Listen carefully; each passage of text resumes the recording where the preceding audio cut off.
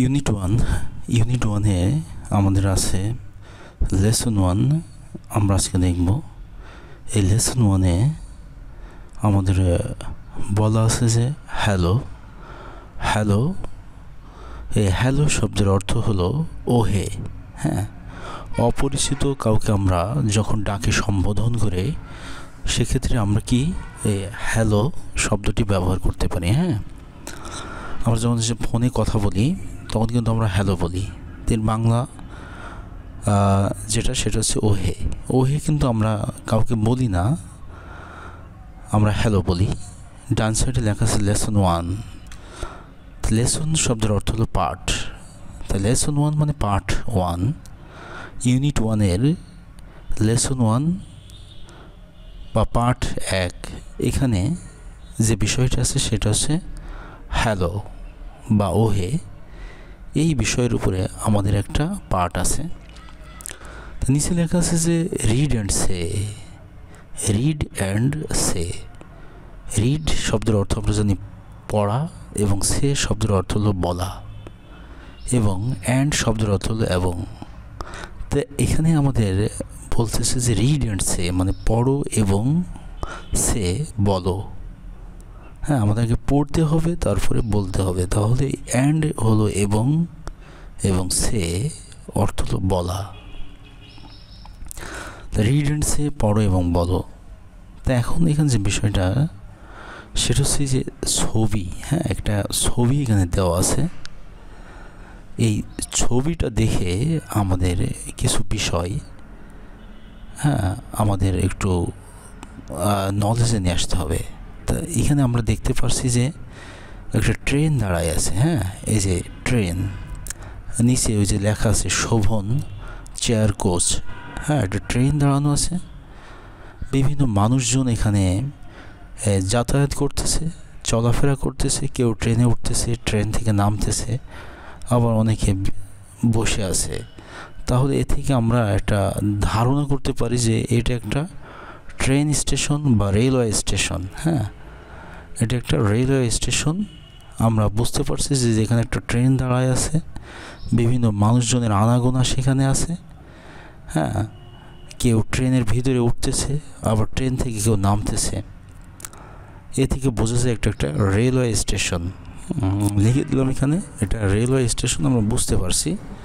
তো এখন এখানে বিশেষ গুরুত্বপূর্ণ দুইজন ব্যক্তি আছে। হ্যাঁ, যে এই সামনে একটা বেঞ্চে বসে আছে দুইটা মেয়ে। তা একটা মেয়ে যে বাম পাশে যে মেয়েটি বসে আছে, কালো রঙের চুল বিশিষ্ট যে মেয়েটি, একটা ফ্রক পরে, এই মেয়েটির নাম হলো সীমা। হ্যাঁ, আমি এখানে লিখে দিলাম যে এই যে হাতটা উঁচু করে আছে এই মেয়েটির নাম হলো সীমা। আর ডান পাশে যে মেয়েটি বসে আছে সাদা রঙের চুল বিশিষ্ট, এই মেয়েটির নাম হলো জেসিকা। হ্যাঁ, জেসিকা এই মেয়েটি। আর এই পাশে যে মেয়েটি বসে আছে বাম পাশে, সে হলো সীমা। আর জেসিকার ডানে যে লোকটি দাঁড়ায় আছে উনি এই জেসিকার বাবা। তা এই রেলওয়ে স্টেশনে বসে এই জেসিকা এবং সীমা বিভিন্ন ধরনের কথাবার্তা বলেছে। তা কী কথাবার্তা বলছে সেটাই আজকের এই লেসনের আলোচ্য বিষয়। তা আমরা একটু দেখব যে তাদের ভেতরে কী ধরনের কনভারসেশন, কী ধরনের ডায়ালগ হয়েছে, কী কথাবার্তা তারা বলছে। তাহলে আমরা এই যে দুইজন মানুষের নাম শুনলাম, একজন সীমা, একজন জেসিকা, আমরা কিন্তু নাম শুনে বুঝতে পেরেছি যে সীমা এটা একটা বাংলাদেশি মেয়ে এবং জেসিকা বাংলাদেশি মেয়ে না। হ্যাঁ, খুব সম্ভবত। তাহলে এই যে সীমা প্রথমে বলছে হ্যালো। হ্যাঁ, হ্যালো শব্দের অর্থ হলো ওহে। সীমা বলছে hello, may I introduce myself, I am Seema. May I introduce myself, I am Seema. তো এই যে মেয়ে, মেয়ে, হ্যাঁ, বিনয় বা বিনয়ের সাথে কোনো কিছু জিজ্ঞাসা করা বা আমি করতে পারি কি, হ্যাঁ, এই ধরনের কোনো বিষয়ের ক্ষেত্রে এটা ব্যবহার করা হয়। মূলত মে শব্দের অর্থ হলো হতে পারে। হ্যাঁ, মেবি আমরা বলি না হতে পারে। আরেকটা মে আছে যেটা আমরা মে মাস আমাদের, হ্যাঁ, May June April May June মাস। আর মে শব্দের অর্থ হলো হতে পারে। যদি কেউ কাউকে জিজ্ঞেস করে বিষয়টা কি, এটা কি সম্ভব, অনেকে বলে মেবি হতে পারে। আই মানে জানি, আর ইন্ট্রোডিউস আমি এখানে লিখে দিছি পরিচিত হওয়া বা পরিচয় করিয়ে দেওয়া। Hello, may I introduce myself. Seema বলতেছে আমি কি পরিচিত হতে পারি? May I introduce myself, ঠিক আছে। আর এই যে মাই সেলফ বা নিজের বা নিজেকে, বা আমি নিজের পরিচয় দিতে পারি, may I introduce myself. হ্যাঁ, সীমা বলতেছে may I introduce myself, I am Seema. যেহেতু ওই জেসিকা তাদের কিন্তু স্টেশনে দেখা হয়েছে, এই জন্য এইভাবে কথা বলতেছে অপরিচিত। পরে লিখছে আই অ্যাম সীমা। এই যে আই উপরে কমা দিয়ে লিখছে আই অ্যাম, এটা কিন্তু আই অ্যাম এর সংক্ষিপ্ত রূপ। আই অ্যামও যা, কমা দিয়ে এম লিখলেও তাই, এটা একটু খেয়াল রাখতে হবে। হ্যাঁ, আই অ্যাম এর সংক্ষিপ্ত রূপ আই দিয়ে অ্যাপোস্ট্রফি দিয়ে এম, অ্যাপোস্ট্রফি কমা। তাহলে সীমা বলল hello, may I introduce myself, I am Seema. আমি কি পরিচিত হতে পারি? আমি সীমা।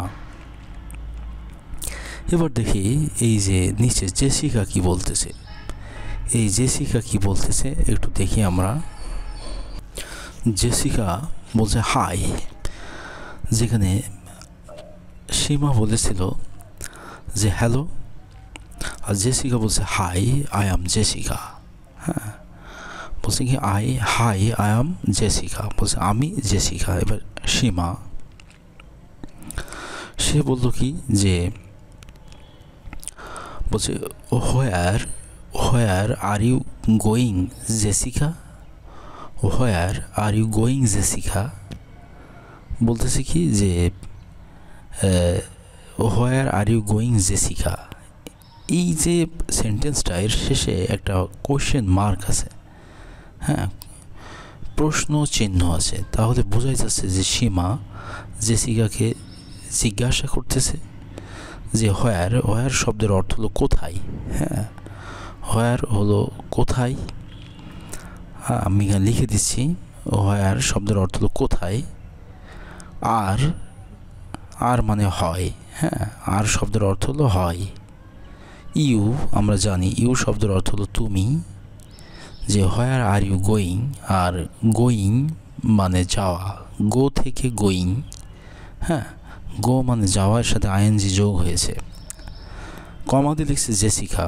তাই সীমার কথা অনুযায়ী হচ্ছে where are you going Jessica, Jessica তুমি কোথায় যাচ্ছ? হ্যাঁ, জেসিকা তুমি কোথায় যাচ্ছ? কে জিজ্ঞাসা করলো? সীমা কিন্তু জিজ্ঞাসা করলো জেসিকা তুমি কোথায় যাচ্ছ? এবার জেসিকা বলতেছে কি, জেসিকা বলতেছে যে আই অ্যাম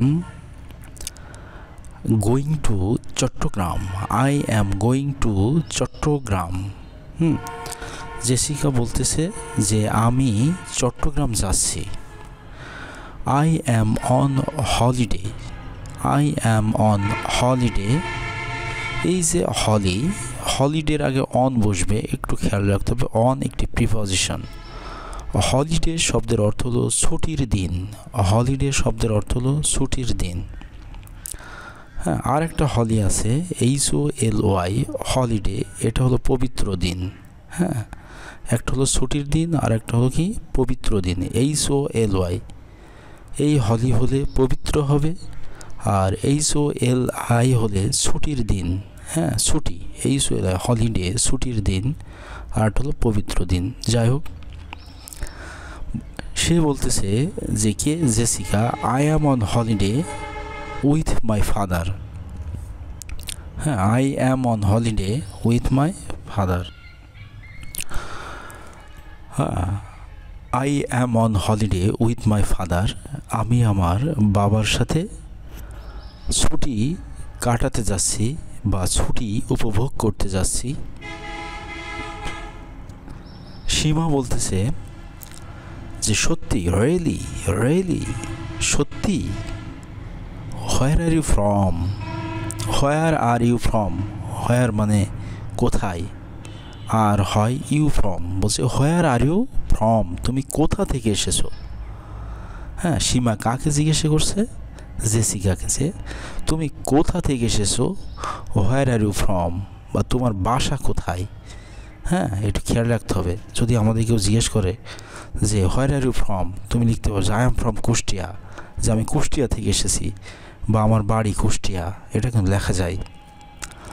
জেসিকা বলতেছে I am from the United kingdom. হ্যাঁ, আই অ্যাম ফ্রম, আমি এসেছি কোথা থেকে, দেখো ইউনাইটেড কিংডম, ইউনাইটেড শব্দের অর্থ যুক্ত, কিংডম হলো রাজ্য, যুক্তরাজ্য থেকে।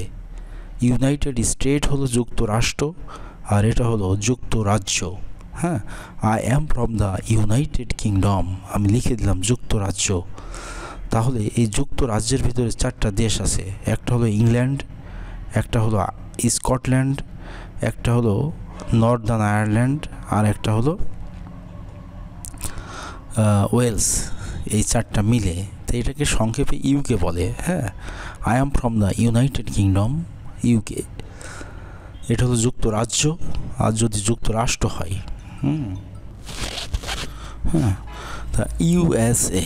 হ্যাঁ, ইউএসএ হলো ইউনাইটেড স্টেট অফ আমেরিকা, আর ইউকে যেটা ইংল্যান্ড হিসেবে আমরা জানি।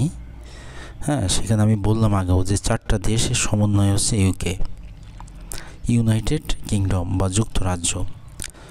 তারপর জেসিকা বলছে আর ইউ ফ্রম ঢাকা, তুমি কি ঢাকা হতে এসেছো, বা তোমার বাড়ি কি ঢাকায়, তোমার বাসা কি ঢাকাতে। এটা আমি বলতে পারি যে সীমাকে সে আবার জিজ্ঞেস করতেছে। সীমা বলছে no, I am from Sylhet, আমি সিলেট থেকে এসেছি, বা আমার বাড়ি Sylhet, I am from Sylhet, আমার বাড়ি ঢাকা না, আমার বাড়ি কোথায়, সিলেট।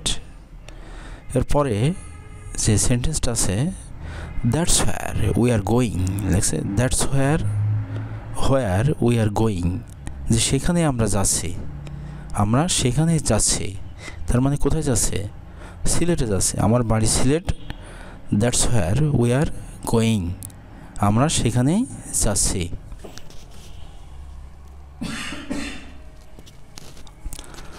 বলছে hour train is living in 10 minutes, আমাদের ট্রেন 10 মিনিটের মধ্যে ছেড়ে যাবে।